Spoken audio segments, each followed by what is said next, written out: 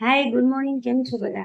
આજે હું ડોક્ટર ભાર્ગવી જોશી ફરીથી તમારી સાથે આવી છું દાંતની વાત કરવા માટે.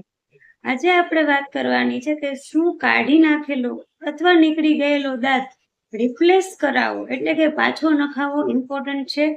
શા માટે? તો તેના કારણો વિશે જો આપણે ચર્ચા કરીએ તો એક ઉદાહરણ લઈને સમજીએ.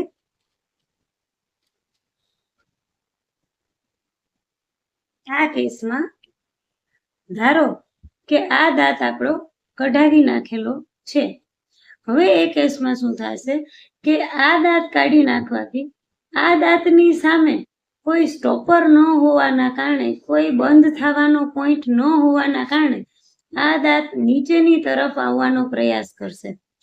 બીજી બાબત એ છે કે આ દાંત કાઢવાના કારણે જે જગ્યા થઈ છે એ જગ્યાને ફિલ કરવા માટે આજુબાજુના બંને દાંત એની પોઝિશન ચેન્જ કરશે.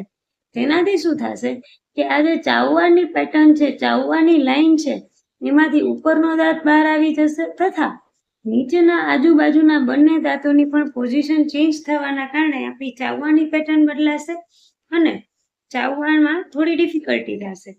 તેના માટે તૂટી ગયેલો અથવા તો કાઢી નાખેલો દાંત રિપ્લેસ કરાવવો ઇમ્પોર્ટન્ટ છે. બીજો પ્રશ્ન એ થાય કે દાંત કઢાવ્યાના અથવા નીકળી ગયેલાના કેટલા સમય પછી દાંત રિપ્લેસ કરાવવો જોઈએ? તો લગભગ દાંત નીકળી ગયાના 1.5 થી 2 મહિના પછીના ટાઈમમાં તમે નવો દાંત રિપ્લેસ કરાવી શકો છો. આજ માટે એટલું જ. આઈ હોપ તમને વિડીયો પસંદ આવ્યો હોય. Okay, by.